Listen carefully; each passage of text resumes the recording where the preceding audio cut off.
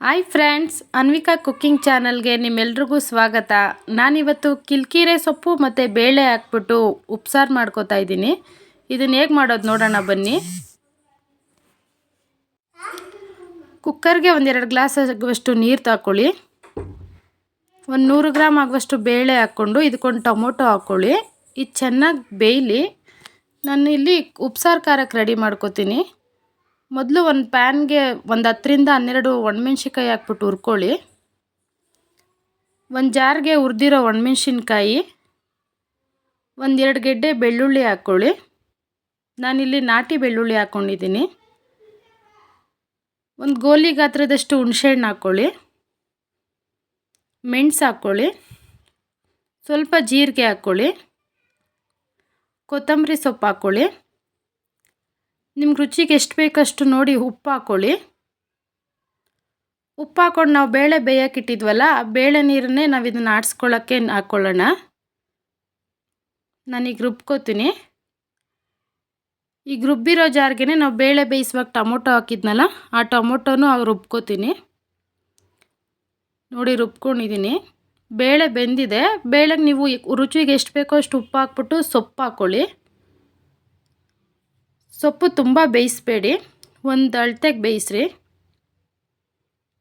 ನೀಟಾಗೆಲ್ಲ mix ಮಾಡ್ಕೊಳ್ಳಿ. ಬೇಳೆ ಮತ್ತು ಉಪ್ಪು ಸೊಪ್ಪೆಲ್ಲ ಮಿಕ್ಸ್ ಆಗಲಿ.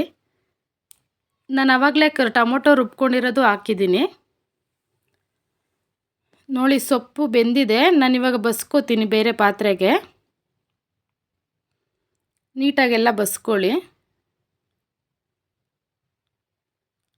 ನಾವೀಗ ಸೊಪ್ಪು ಒಗ್ಗರಣೆ ಮಾಡ್ಕೊಳ್ಳೋಣ. ನಾನು ಅದೇ ಕುಕ್ಕರಲ್ಲಿ ಇಟ್ಕೋತಾ ಇದ್ದೀನಿ. ಕುಕ್ಕರ್ಗೆ ಸ್ವಲ್ಪ ಸಾಸಿವೆ ಹಾಕ್ಕೊಳ್ಳಿ.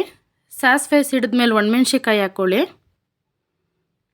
ಒಣಮೆಣ್ಸಿನ್ಕಾಯಿ ಫ್ರೈ ಆದಮೇಲೆ ಒಂದು 2 ಈರುಳ್ಳಿ ಸಣ್ಣದಾಗಿ ಕಟ್ ಮಾಡಿ ಹಾಕ್ಕೊಳ್ಳಿ. ಈರುಳ್ಳಿನೂ ಫ್ರೈ ಮಾಡ್ಕೊಳ್ಳಿ. ಇವಾಗ ಈರುಳ್ಳಿ ಫ್ರೈ ಆದಮೇಲೆ ನಾವು ಸೊಪ್ಪು ಹಾಕ್ಕೊಳ್ಳೋಣ. ಸೊಪ್ಪು ಹಾಕ್ಬಿಟ್ಟು ನೀಟಾಗೆಲ್ಲ ಮಿಕ್ಸ್ ಮಾಡಿ.